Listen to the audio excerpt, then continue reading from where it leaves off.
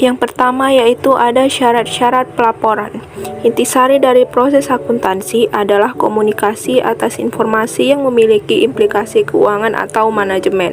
Karena pengumpulan dan pelaporan informasi dengan mengonsumsi sumber daya, biasanya hal tersebut tidak dilakukan secara sukarela, kecuali pelapor yakin bahwa hal ini akan mempengaruhi si penerima untuk berperilaku sebagaimana yang diinginkan oleh pelapor. Iklan adalah salah satu contoh informasi yang dilaporkan oleh kebanyakan perusahaan dengan merangsang untuk mempengaruhi orang yang menerima informasi iklan tersebut agar membeli produk-produknya. Kebanyakan informasi akuntansi dikomunikasikan hanya karena seseorang yang memiliki posisi kekuatan. Biasanya orang yang menerima informasi mengharuskan si pengirim untuk melaporkannya.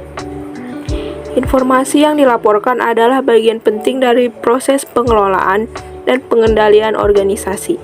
Tanpa informasi, manajemen, kreditor, dan pemilik tidak dapat mengatakan apakah segala sesuatu berjalan sesuai dengan rencana atau apakah tindakan korektif diperlukan. Meskipun alternatif yang seperti pengamatan langsung dan audit mendadak kadangkala digunakan, informasi yang dilaporkan adalah cara paling umum untuk mendapatkan informasi digunakan untuk pengendalian.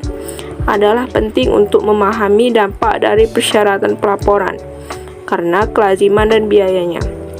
Perusahaan-perusahaan yang dimiliki oleh publik diharuskan untuk melaporkan secara ekstensif kepada Bapepam dan publik umum mengenai status keuangan dan operasinya. Berbagai pusat pemerintah maupun daerah juga mewajibkan organisasi dan individu untuk melaporkan berbagai masalah keuangan dan non-keuangan dengan berbagai sanksi yang dikenakan untuk ketidakpatuhan badan. Setiap orang yang terlibat dalam perancangan atau penggunaan informasi sistem perlu memahami dampak yang mungkin dari persyaratan pelaporan terhadap informasi pengirim, serta bagaimana memprediksi dan mengidentifikasikan semacam itu. Selanjutnya, ada persyaratan pelaporan mempengaruhi perilaku. Gagasan bahwa persyaratan pelaporan memengaruhi perilaku pelapor bukanlah sesuatu yang baru ataupun unik bagi manajemen dan akuntansi. Para psikolog sangat menyadari bahwa orang dapat merespon terhadap tuntutan dari situasi eksperimental dengan berperilaku secara berbeda dengan apa yang akan mereka lakukan dalam situasi lain. Sementara, psikolog eksperimental mencoba untuk menghindari hal ini karena orientasi dari riset mereka. Manajer dan badan regulasi secara aktif mencoba untuk memberikan tuntutan kepada orang lain guna membuat mereka berperilaku dengan cara tertentu. Manajer dan badan regulasi menggunakan persyaratan pelaporan baik untuk mengenakan tuntutan semacam itu dan untuk menyediakan informasi yang dibutuhkan untuk mengevaluasi perilaku dan kinerja. Diakui bahwa pengirim mungkin saja dengan sengaja melaporkan informasi palsu, yaitu mereka bisa saja berbohong. Informasi yang tidak akurat juga dapat dilaporkan dengan sembrono karena sistem informasi yang tidak memadai. Untuk mengecek para bawahan di tempat oleh atasan dan kunjungan lapangan oleh para penyandang dana dari Badan Layanan Sosial, suatu mekanisme untuk memastikan integritas informasi yang dilaporkan adalah bagian penting dari desain atas persyaratan pelaporan manapun. Pertama, ada antisipasi penggunaan informasi. Ketika persyaratan pelaporan dikenakan adalah umum bagi si pengirim untuk paling tidak berpikir, jika tidak bertanya, mengapa mereka menginginkan informasi ini, bagaimana mereka akan menggunakannya. Si pengirim ingin mengetahui apakah si penerima akan mengambil suatu tindakan yang berkaitan dengan atau memiliki pendapat mengenai si pengirim, karena informasi yang dilaporkan tersebut. Karena si penerima menggunakan informasi yang dilaporkan sebagai suatu dasar untuk evaluasi kinerja dan penilaian lainnya. Pertimbangan si pengirim mengenai penggunaan yang mungkin sangat berdasar. Yang kedua, ada prediksi si pengirim mengenai penggunaan si pemakai. Kadangkala penerimaan menyatakan secara jelas bagaimana mereka menginginkan si pengirim untuk berperilaku. Tetapi seringkali mereka tidak menginginkan atau mereka mungkin menginginkan banyak hal-hal lain yang sulit untuk dicapai secara simultan. seperti laba jangka pendek yang tinggi, pertumbuhan jangka panjang yang baik, atau citra publik yang bagus. Jika si pengirim bertanggung jawab pada si penerima, maka si pengirim ingin berperilaku dengan cara-cara yang akan menyenangkan si penerima. Apa yang diharuskan untuk dilaporkan oleh pengirim adalah suatu tanda bagi si pengirim sebelum tindakan diambil mengenai tindakan dan hasil yang manakah yang penting bagi si penerima. Yang ketiga, ada insentif atau sanksi. Kekuatan dari sifat dari kekuasaan penerima terhadap pengirim adalah penentu yang penting mengenai seberapa besar kemungkinan bahwa si pengirim akan mengubah perilakunya. Sebagian besar potensi yang ada bagi si penerima untuk memberikan penghargaan atau sanksi kepada si pengirim. Semakin hati-hati si pengirim akan bertindak dan memastikan bahwa informasi yang dilaporkan dapat diterima oleh si penerima. Selanjutnya ada strategi respon iteratif. Ketika suatu pernyataan pelaporan baru dikenakan, strategi yang paling murah adalah untuk terus berperilaku seperti biasa, melaporkan sejujurnya perilaku tersebut dan menunggu respons dari si penerima. Jika tidak ada respons, maka strategi tersebut dapat diteruskan. Umpan balik negatif dari penerima yang mengindikasikan bahwa perilaku yang dilaporkan tidak diinginkan. Memperbaiki estimasi pengiriman mengenai perilaku apa yang diinginkan oleh penerima dan bagaimana ia akan merespon pada putaran pertama. Kami sedang mengerjakannya. Hal-hal seperti ini butuh waktu untuk berubah. Mungkin adalah respon yang mencukupi. Ada penentuan waktu. Waktu adalah faktor penting dalam menentukan apakah persyaratan pelaporan akan menyebabkan perubahan dalam perilaku pengirim atau tidak. Supaya persyaratan pelaporan dapat menyebabkan pengirim mengubah perilakunya, ia harus mengetahui persyaratan pelaporan tersebut sebelum ia bertindak. Selanjutnya ada pengarahan perhatian. Dampak mengarahkan perhatian dapat dianggap sebagai dampak dari pencatatan dan bukannya dampak dari pelaporan informasi, karena dampak tersebut timbul dari kepentingan pengirim itu sendiri dan tidak bergantung pada informasi yang dilaporkan. Selanjutnya adalah dampak dari persyaratan pelaporan. Persyaratan pelaporan dapat mempengaruhi perilaku di semua bidang akuntansi keuangan, perpajakan, manajerial, dan sosial. Kompleksitas dari lingkungan akuntansi adalah penghalang terhadap penilaian dampak dari persyaratan pelaporan. Terdapat begitu banyak hal yang terjadi pada waktu yang bersamaan sehingga sulit untuk mengatakan dengan pasti yang manakah yang menyebabkan perilaku yang diamati. Bukti-bukti mengenai dampak persyaratan pelaporan masih belum konklusif, tetapi pengetahuan yang lebih substansif dan metodologi riset yang lebih baik sedang dikembangkan. Bagian-bagian berikut ini membahas mengenai pemikiran sekarang di berbagai bidang. Pertama, di akuntansi keuangan, beberapa prinsip akuntansi kemudian diterapkan setelah diperdebatkan terlebih dahulu mengenai dampak yang akan ditimbulkannya. Beberapa hal yang kontroversial dari pernyataan standar akuntansi tersebut merupakan contoh mengenai bagaimana prinsip akuntansi mempengaruhi perilaku. Juga dalam akuntansi perpajakan, dalam aspek perilakuannya merupakan bidang yang relatif masih belum dieksplorasi, tetapi bidang tersebut tentu saja merupakan bidang yang dalam kaitannya dengan persyaratan pelaporan. Beberapa orang bahkan percaya sensitif bahwa persyaratan pelaporan pajak yang sekarang melanggar hak konstitusional. Umumnya dipandang bahwa persyaratan pelaporan pajak adalah rumit dan sulit bagi banyak pembayar pajak. Kemudian dalam akuntansi sosial, hanya sedikit saja yang diketahui mengenai dampak dari akuntansi sosial terhadap pengiriman informasi akuntansi. Masih terdapat relatif sedikit akuntansi sosial bagi publik dan kebanyakan riset mengenai hal itu berkaitan dengan dampak terhadap penerima dari informasi yang dilaporkan. Karena akuntansi sosial eksternal masih bersifat sukarela, maka tidak terdapat dampak apapun terhadap persyaratan pelaporan. Meskipun masih terdapat dampak terhadap pelaporan secara sukarela. Dalam akuntansi manajemen dapat memperlakukan persyaratan pelaporan internal apapun yang diinginkannya kepada bawahan. Proses yang dilaporkan secara internal dapat bersifat keuangan, operasional, sosial, atau suatu kombinasi. Tetapi hanya terdapat sedikit data akuntansi manajemen yang tersedia bagi publik, karena data tersebut jarang dilaporkan di luar organisasi. Adalah juga sangat sulit untuk digeneralisasi karena setiap organisasi memiliki sistem akuntansi manajemen, kelompok persyaratan pelaporan, dan hubungan organisasional yang unik. Kemudian, bagaimana penilaian dampak terhadap pengirim informasi? Terdapat banyak cara untuk menilai dampak dari persyaratan pelaporan terhadap pengirim informasi. Yang paling tersedia adalah pengambilan keputusan induktif yang melibatkan pemikiran secara hati-hati mengenai bagaimana persyaratan pelaporan akan berinteraksi dengan kekuatan-kekuatan motivasional lainnya, guna membentuk perilaku manajer. Teknik ini sebaiknya selalu digunakan sebelum memperlakukan suatu persyaratan pelaporan. Dengan menempatkan diri pada posisi si pengirim dan tanyakan pada diri sendiri, apa yang akan saya lakukan jika saya ada di posisinya dan harus melaporkan informasi tersebut? Adalah berguna untuk bertanya kepada orang lain dengan latar belakang dan perspektif yang berbeda untuk melakukan hal yang sama, karena mereka mungkin melihat sesuatu dengan cara yang tidak pernah Anda pikirkan.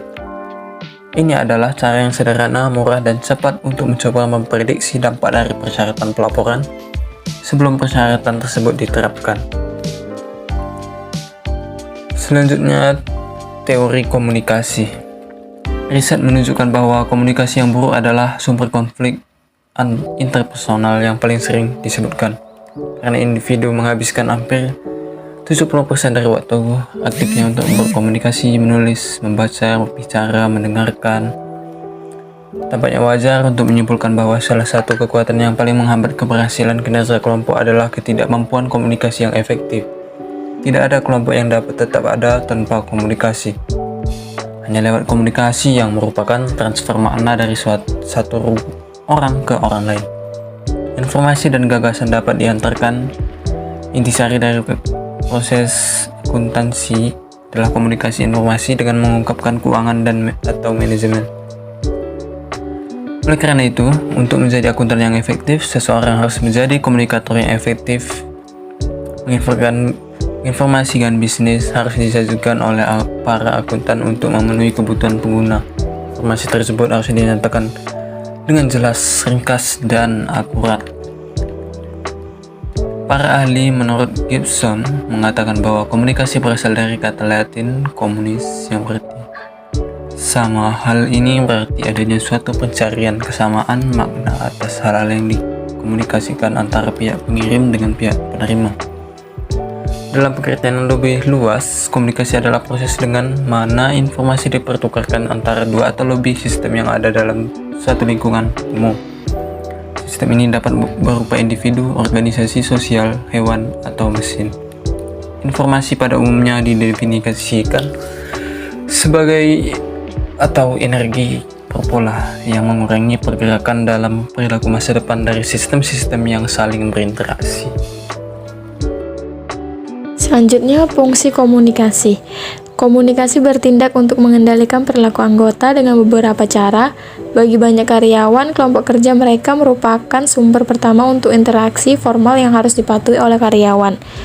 Komunikasi yang terjadi dalam kelompok tersebut merupakan mekanisme fundamental dengan mana anggota-anggota menunjukkan kekecewaan dan rasa puas mereka.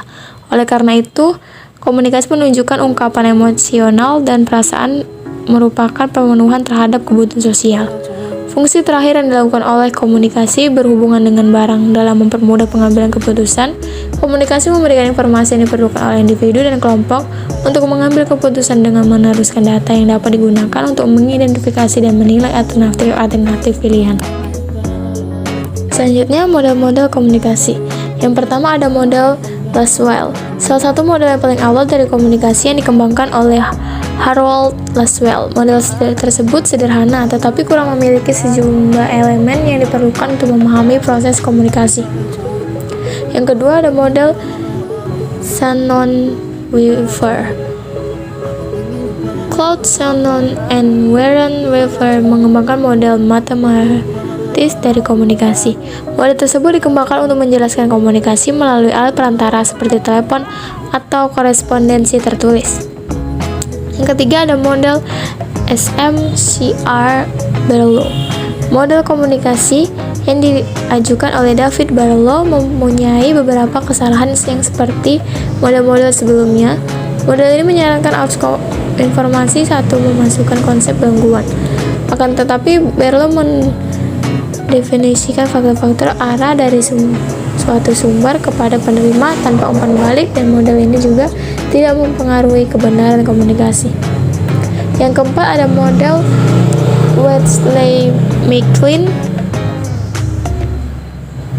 Bruce Wedsley and Malcolm McLean mengembangkan suatu model untuk riset mana komunikasi. Model tersebut memiliki sejumlah implikasi penting. Model tersebut menjelaskan cara dengan berindividu dan organisasi menuliskan pesan apa yang akan dikomunikasikan dan bagaimana pesan tersebut dimodifikasi atau dihapus dalam proses tersebut. Yang kelima ada model pemusatan komunikasi. Rogers and Kincaid telah mengkritik model-model terdahulu karena model-model tersebut mengarah ke 7 bias dalam komunikasi, yaitu yang pertama, ada suatu pandangan bahwa komunikasi adalah tindakan satu arah yang linear dan bukannya proses dua arah yang memiliki siklus di mana informasi dipertukarkan sejalan dengan berlalunya waktu. Yang kedua, sumber bias yang diakibatkan oleh penekanan pada ketergantungan dan bukannya pada hubungan dari mereka yang dilakukan komunikasi dan saling ketergantungan yang mendasar. Yang ketiga, kecenderungan untuk fokus pada objek komunikasi dengan mengorbankan konteks di mana objek tersebut berada. Yang keempat, kecenderungan untuk berfokus pada pesan itu sendiri dengan mengorbankan aspek waktu dari pesan itu. Yang kelima, kecenderungan untuk menganggap bahwa fungsi utama dari komunikasi adalah persuasi dan bukannya pemahaman, konteks, dan tindakan reflektif yang menguntungkan. Yang keenam, kecenderungan untuk berkonsentrasi pada dampak-dampak psikologis dari komunikasi terhadap individu-individu yang terpisah dan bukan pada dampak sosial dan hubungan antar individu dalam suatu komunikasi. Yang ketujuh, suatu keyakinan dalam hubungan sebab akibat mekanisme satu arah dan bukannya hubungan sebab akibat dua arah yang merupakan karakteristik dari sistem informasi manusia yang pada dasarnya bersifat sibernetik. Hal-hal mendasar komunikasi, yang pertama arah komunikasi, yang kedua jaringan formal dan informal, yang ketiga komunikasi non verbal, yang keempat pengalaman komunikasi yang efektif.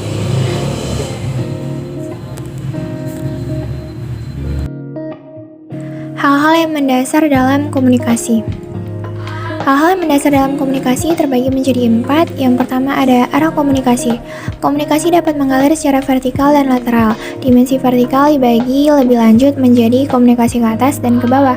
Komunikasi ke atas merupakan komunikasi yang mengalir ke suatu tingkat yang lebih tinggi dalam kelompok atau organisasi. Komunikasi ini digunakan untuk memberikan umpan balik, menginformasikan kemajuan tujuan, dan meneruskan masalah-masalah yang ada pada atasan. Komunikasi ke atas menyebabkan para manajer menyadari perasaan para karyawan terhadap pekerjaannya, rekan kerjanya, dan organisasi secara umum. Manajer juga mengendalikan komunikasi ke atas untuk mendapatkan gagasan mengenai sebagaimana segala sesuatu dapat diperbaiki. Sedangkan komunikasi di bawah merupakan komunikasi yang mengalir dari satu tingkat dalam suatu kelompok atau organisasi ke tingkat yang lebih rendah. Bila Anda membayangkan para manajer yang berkomunikasi ke bawah, maka itu adalah pola komunikasi ke bawah yang digunakan untuk mencapai tujuan memberikan instruksi pekerjaan, menginformasikan kebijakan dan prosedur kepada bawahannya. Sementara itu, bila komunikasi terjadi di antara anggota kerja pada tingkat yang sama di antara kelompok kerja dan tingkatan yang sama di antara manajer atau di antara setiap karyawan setara secara horizontal, maka itu bisa didefinisikan sebagai komunikasi lateral. Jadi komunikasi lateral terlihat dari segi manajemen, maka hal itu bisa berarti baik atau buruk karena kepatuhan dan ketat terhadap struktur vertikal yang formal untuk secara komunikasi dapat menghambat transfer informasi yang efisien dan cermat. Yang kedua ada jaringan formal dan informal. Jaringan komunikasi menetapkan saluran-saluran tempat informasi mengalir.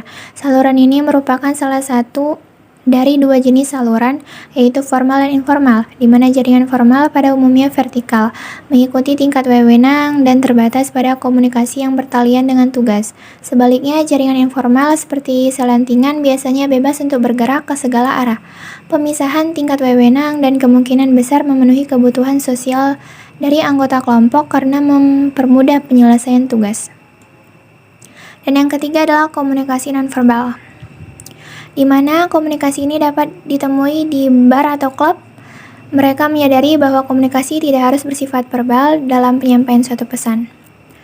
Tetapi studi ini merupakan bidang yang relatif baru dan lebih bernuansa dengan popularitas peminjaman dan bukannya dukungan rumor riset. Dengan demikian, dapat diakui bahwa gerakan tubuh merupakan salah satu segmen penting dari studi atas komunikasi dan perilaku seseorang, tetapi harus berhati-hati dalam mengambil kesimpulan. Dan yang terakhir, keempat, itu ada penghalang komunikasi yang efektif. Terdiri dari penyaringan, persepsi, selektif, defensif, dan bahasa, di mana penyaringan mengacu pada pengirim yang memanipulasi informasi sedemikian rupa sehingga tampak lebih menguntungkan di mata penerima. Penentu utama dan penyaringan adalah banyaknya tingkatan dalam suatu struktur organisasi. Dan persepsi selektif muncul karena penerimaan dalam proses komunikasi tersebut melihat dan mendengar secara tersembunyi berdasarkan kebutuhan, motivasi, pengalaman. Persepsi keliru muncul karena penerimaan dalam proses komunikasi tersebut di belakang dan karakteristik pribadinya. Penerima juga memproyeksikan minat dan harapan mereka ke dalam komunikasi ketika mereka menguraikan komunikasi tersebut.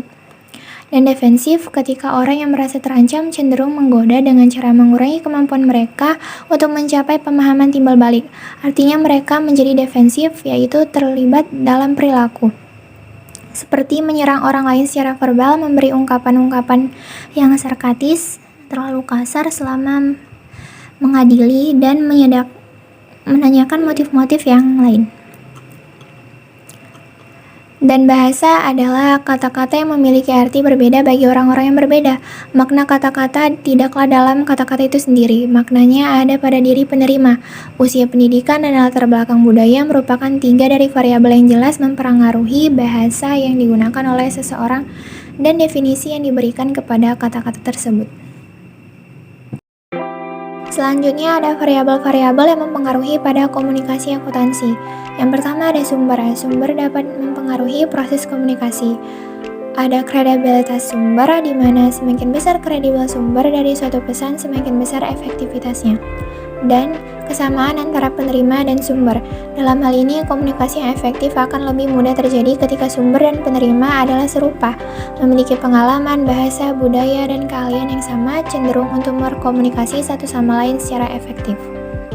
Yang kedua, ada pesan, di mana elemen pesan yang sebaiknya dipertimbangkan ketika menganalisis komunikasi meliputi isi, organisasi atau struktur, kode, perlakuan, dan elemen-elemen pesan. Pada organisasi pesan, cara terbaik yang optimal untuk menyusun suatu pesan bergantung pada latar belakang pendengar. Hal ini dapat membantu penentuan cara terbaik untuk mengorganisasi suatu pesan.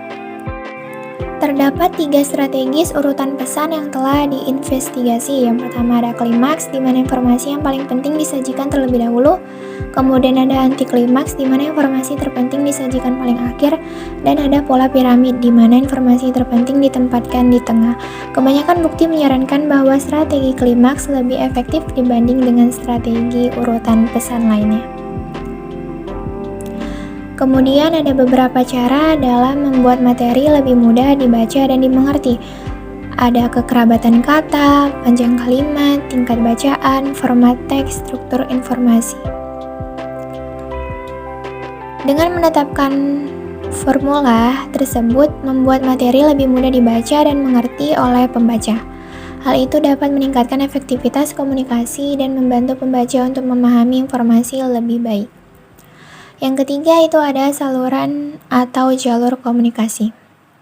Saluran dan jalur komunikasi terbagi atas 6. Yang pertama ada panca indera yang dipengaruhi, peluang untuk umpan balik, besarnya kendali penerima, jenis pengodean pesan, kekuatan multiplikatif, dan pelestarian pesan.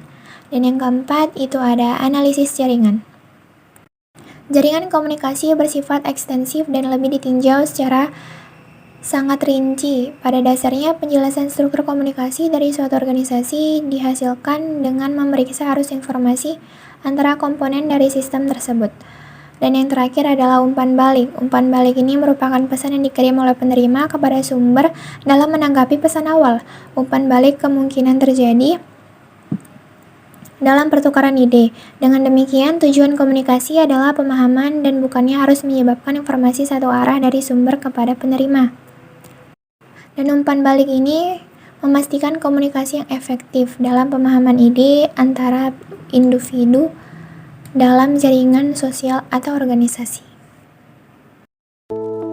Selanjutnya adalah masalah-masalah terbaru dalam komunikasi, di mana ini terbagi menjadi 4. Yang pertama, penghalang komunikasi antara pria dan wanita. Hakikat dari riset ini adalah bahwa pria menggunakan pembicaraan untuk menekankan status, sementara wanita menggunakan untuk menciptakan hubungan. Dan komunikasi merupakan tindakan penyimbang yang berkesinambungan, yang mengubah konflik antara keeratan dan ketidakketergantungan. Keeratan menekankan pada pendekatan dan kebersamaan, sementara ketidaktergantungan menekankan pada keterpisahan dan perbedaan. Tetapi masalahnya adalah wanita berbicara dan mendengar dalam bahasa hubungan dan keeratan, sementara pria berbicara dan mendengar dalam bahasa status dan ketidaktergantungan. Dengan demikian, banyak pria berbicara terutama merupakan suatu cara untuk melestarikan dan mempertahankan status dalam suatu hierarki sosial. Bagi sebanyak wanita, membicara merupakan perundingan untuk menghasilkan kedekatan, di mana orang mencoba mencari dan memberikan informasi serta saling mendukung. Yang kedua, itu ada komunikasi yang benar secara politis, di mana komunikasi secara politis ini dapat diartikan sebagai komunikasi yang tidak hanya benar secara fakta dan sesuai dengan standar akuntansi, tetapi juga mempertimbangkan implikasi politik dan informasi yang disampaikan. Dalam beberapa kasus, informasi yang disampaikan dapat memiliki implikasi politik yang signifikan, seperti kontroversi atau kebijakan pemerintah yang kontroversial. Dan yang ketiga itu ada komunikasi lintas budaya. Komunikasi lintas budaya semakin penting karena bisnis semakin global dan beroperasi di berbagai negara. Dengan demikian, budaya yang berbeda dapat mempengaruhi hal tersebut. Dalam segi pemahaman budaya, penting untuk memahamkan perbedaan budaya antara negara-negara yang terlibat dalam bisnis. Perbedaan ini dapat mencakup cara berkomunikasi, nilai-nilai budaya, dan ekspektasi terhadap komunikasi bisnis. Kemudian ada bahasa yang digunakan dalam komunikasi harus mudah dipahami oleh semua pihak yang terlibat. Keterampilan bahasa dari penerjemah yang baik sangat penting untuk memastikan bahwa pesan disampaikan secara akurat. Dan ada etika bisnis. Etika bisnis dapat bervariasi di berbagai negara dan budaya.